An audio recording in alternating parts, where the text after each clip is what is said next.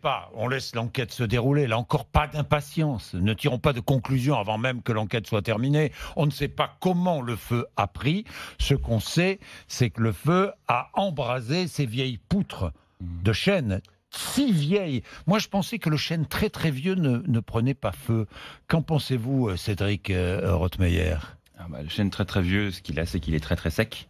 Donc il prend très bien. Il prend très très bien feu. Vous confirmez Oui, avec une particularité, c'est que la flèche et un certain nombre d'éléments de structure ont été posés au 19e siècle. Et au 19e siècle, cette rénovation qui avait eu lieu donnait lieu à l'utilisation justement de bois qui était tout autre que le chêne, qui était du sapin. Et donc un certain nombre de lambris qui étaient posés sur la charpente et notamment sur la flèche étaient en sapin. Donc ce qui veut dire que sapin prend feu une très vulnérabilité accrue de ce type de matériaux. Donc effectivement, ce type de structure, de toute façon, et on le sait, tous les drames que nous avons vécus sur des monuments historiques ont lieu durant la phase de travaux. Lorsque le bâtiment est agressé, lorsque sa structure est mise à mal par des travaux, parce que le recoupement ou tout ce qui est éléments de moyens de secours ont été différenciés par rapport aux travaux, premier point. Et deuxième point, lorsqu'il y a des travaux, on a souvent ce que l'on appelle des points chauds, c'est-à-dire que l'on travaille avec une disqueuse, faire de la soudure, tout cela génère des points chauds. Et lorsque l'on travaille, derrière, il y a des tours de garde, des rondes qui sont faites avec des caméras thermiques pour lever le doute, à savoir si les travaux ont laissé quelque chose ou pas, et c'est ce que déterminera certainement l'enquête. Voilà. Cédric Rothmeyer, parlez-moi de la charpente. Vous êtes charpentier vous-même. Cette charpente qu'il va falloir reconstruire. Est-ce qu'on va... elle ne sera jamais identique, évidemment. D'abord parce que le bois n'aura pas le même âge, mais... J'ai téléphoné hier à monsieur Mouton, qui gérait la charpente avec laquelle j'ai travaillé sur les beffrois, sur la restauration des beffrois nord, en lui posant la question, qu'est-ce que vous voulez faire? Moi, j'ai envie de la restituer à l'identique, comme n'importe quel charpentier. Ce que me disait monsieur Mouton, c'est que c'était probablement ce qu'il voulait faire également. Après, il va y avoir des discussions avec les architectes des monuments historiques pour définir un protocole de restauration. Qu'est-ce qu'on restitue à l'identique, de quelle manière... ça va être un peu compliqué, c'est un peu technique, mais il y a des éléments qu'il voudrait conserver et d'autres qu'il voudrait améliorer. Mais en tout état de cause, ce qu'il veut faire, c'est une restitution en chaîne, de la charpente en intégralité et la flèche comprise. On a le bois, oui. Est-ce qu'on a les hommes pour cela? On a toutes les compétences en France pour réaliser ce type de travail. Les entreprises du GMH, c'est 10 000 salariés, c'est des compagnons d'excellence. On a des compagnons du devoir, on a cette chance-là. Tout est là, toutes les compétences sont là pour le refaire, cette cathédrale. C'est absolument possible. Oui, c'est absolument possible.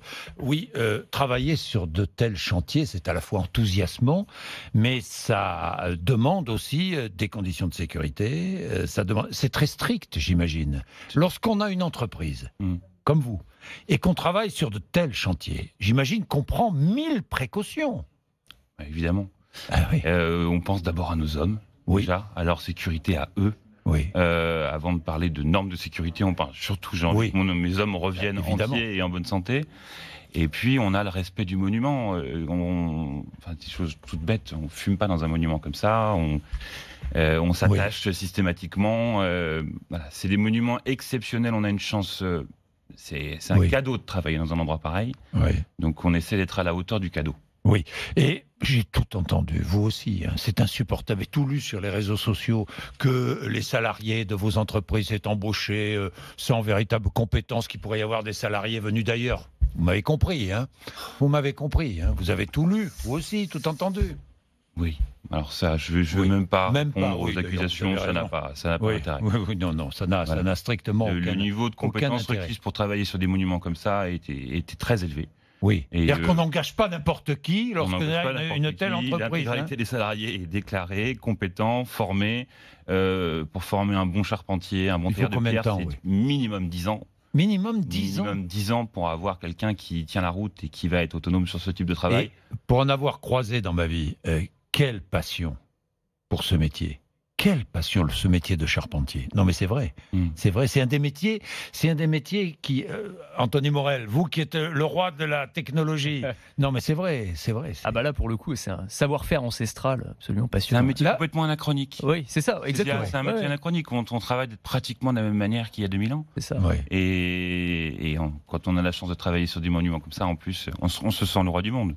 En plus, là, la chance, c'est que, apparemment, je parle de la flèche, hein, on a les plans. Donc, oui, tout à fait. On va pouvoir reconstruire. On a tout pour reconstruire. Il va falloir simplement demander à M. Philippe Villeneuve, qui est l'architecte en responsabilité de la Notre-Dame de Paris, qu'est-ce qu'il veut faire, comment on fait.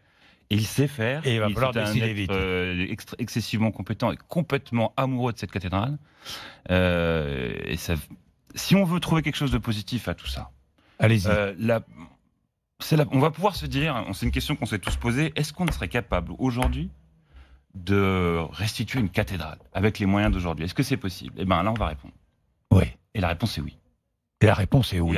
On est capable. On est capable de faire ça. On a le bois, les hommes, les compétences.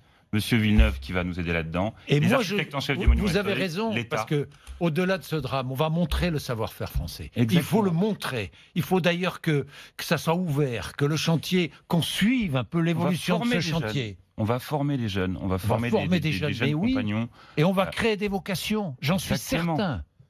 Pour regarder le côté positif des choses. Je suis persuadé qu'on va se retrouver avec des jeunes charpentiers qui vont taper à la porte des centres de formation parce que d'un seul coup, ils vont se rendre compte de ce que c'est.